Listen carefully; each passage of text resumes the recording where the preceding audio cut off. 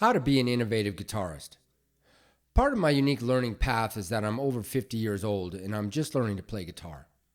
To me, there are some drawbacks to that and also some advantages, but I know that it's going to take some innovation and creative problem solving to become a competent player at this stage in life. Today, I would like to cover how myself as an older player plans to be the best guitarist that I can be, starting from right where I'm at. First, I'll talk about where it started for me. And next, I'll talk about where I'm at. And then I'll talk about where I'm going. By sharing all of this stuff, I hope to better understand the path that I'm on for myself and to maybe help some other players along the way. My innovative heroes. When I take a look at why I even want to spend time pursuing learning to play the guitar, I think of those players who have inspired me the most. My guitar heroes have been innovators like Paul Stanley, Eddie Van Halen, Jimmy Page, Jimi Hendrix, Joe Satriani, Steve Vai, and Buckethead. They are just people. This is just a group of ordinary guys who overcame the roadblocks of learning the instrument and went on to leave their individual mark on the history of guitar playing. Through hard work and creative problem solving, these guys found a way to do something that they love for a living and have created music that is loved by many, and I admire that. Without deep diving into the history of these guys, I will just list some things that stand out to me about each of them. Paul Stanley had a self-image problem, and he worked his butt off to stand out as a performer and created his own path to become a star, changing the way that people looked at him and in turn, the way that he saw himself. Eddie Van Halen. He had very little money and could not find the guitar that suited him at a price that he could afford. So he built his own. His search for tone and gear to express his vision was a lifelong endeavor that touched all of the players in my universe. Jimmy Page.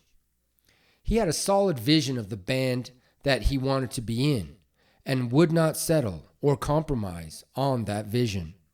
He found the right guys to fulfill his vision and played a massive part in building the foundation of heavy rock and roll as I hear it today. Jimi Hendrix.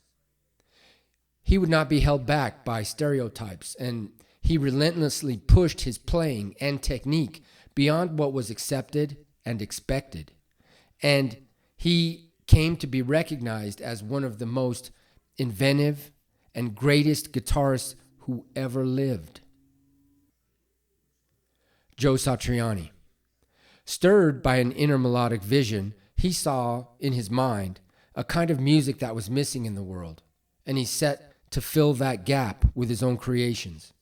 Joe pioneered the use of technology in tone creation along with cutting-edge technique and is a living legend in the guitar community. Steve Vai. Driven by his love of musical composition and a desire to be a great performer, he drilled endlessly to advance his knowledge of music theory, and advanced his technique and ability on the instrument to levels of true mastery. Buckethead.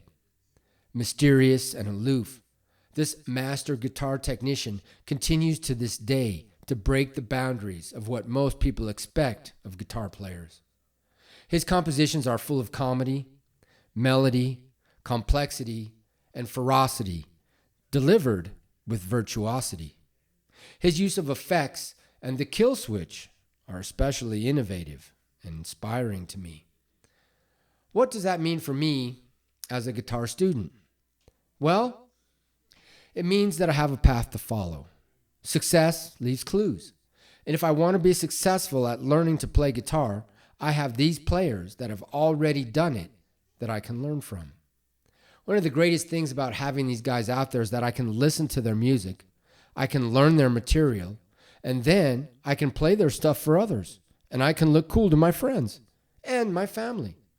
Right on. I like that. The internet gives me an advantage in learning because I can see the players perform. Plus, I can find tablature and backing tracks and lessons to teach me specific things that I can't figure out on my own. Great. So that's where it starts, the inspiration to learn. Do you ever ask yourself what you expect to get out of a thing before you do it? Or do you ask yourself how you plan to get a thing done?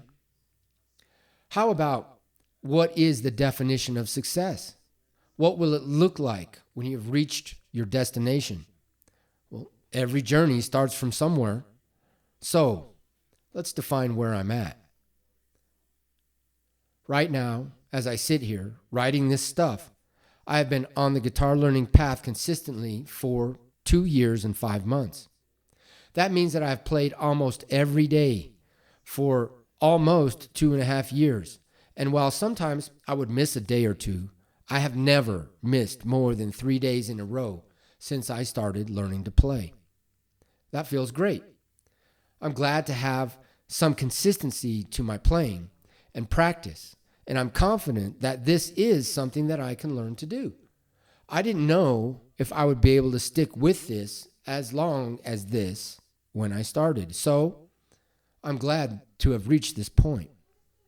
Now that I'm here, I have been thinking that I can do a better job of learning and be more disciplined in my approach to learning. So I'm going to change some things up. I'm going to get creative and I'm going to be innovative in order to get better results from my efforts. First, I'm going to define what I want to get out of learning to play guitar. I want to perform in front of a live audience as a band member and as a solo artist. I want to play guitar and to sing at a high technical level.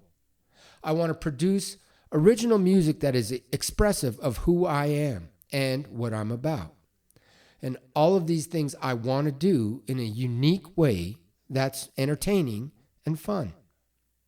There it is. Simple and straightforward, so that I can have a clear idea in my head about why I'm practicing and playing. And right now, I'll tell you that my playing level is not great. I am a beginner without my own style or my own voice, and my singing is at a very low level of ability, and I have a great deal of work ahead of me.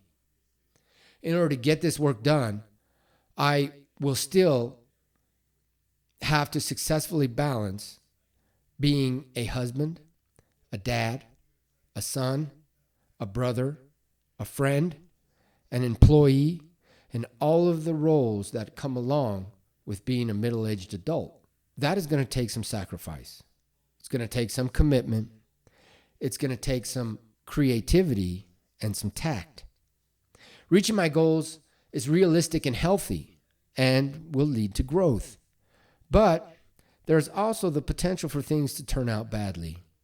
And I would sacrifice my musical goals in order to keep my family goals intact.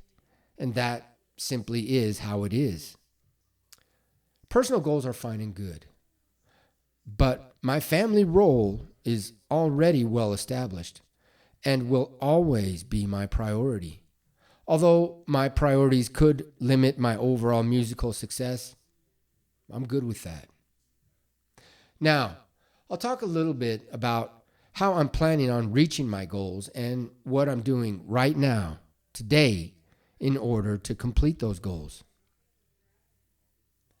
I am building a plan that works, and I'm working the plan. Part of being older means that I have the benefit of life experience. I'm not 6 years old just learning to play on my dad's guitar because he and all his buddies play. I'm a 52-year-old man with my own collection of guitars, and I have the resources to buy just about any gear that I want. And I have spent years searching out and tapping into the social media of the players that I admire. So I am literally surrounded on a daily basis by players and their music, ideas, and experiences, all shared openly and accessible to me. Because of my advanced age and experience, I can save a lot of time not having to make the mistakes of young adolescent preteens learning to play. I can chart a more direct path towards guitar playing success. Cool. That's great. Step 1. A plan that works. Set up a set of targeted skills to learn based on the multiple interviews and lectures of my guitar instructors. These skills include: number 1, music theory. Understand the notes, where they are on the fretboard, and how to navigate them. Number 2, ear training. Develop your ear to hear intervals and identify chords and musical structure, and relate those things to my singing voice and the guitar. Number 3, technique. Develop the technique right from the start, practicing good form and working to develop high technical ability. Number 4, timing and feel. This is probably one of the most important things to develop and could even make up for a lack of theory and technique. It seems to be the foundation of good players across all forms of music. These are the things that musicians like Eddie Van Halen, Rick Beato, and Joe Bonamassa talk about, saying that knowing what and where the notes are helps you figure out what notes not to play and when not to play them. Work the plan.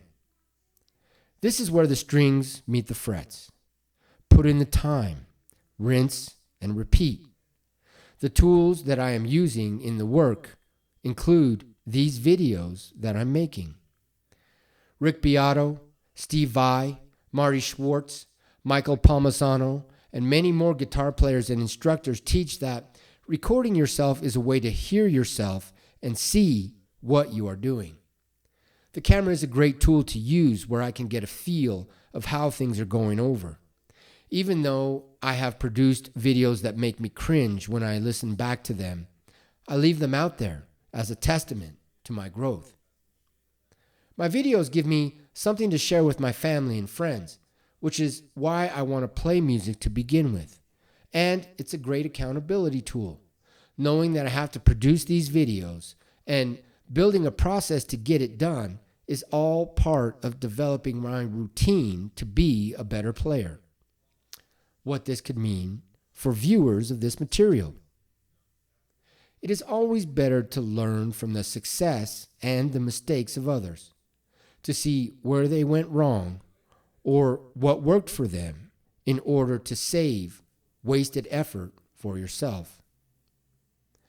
My hope is that these videos give you ideas about how you can grow as a musician or guitar player as well, and that this helps you to be an innovative guitarist.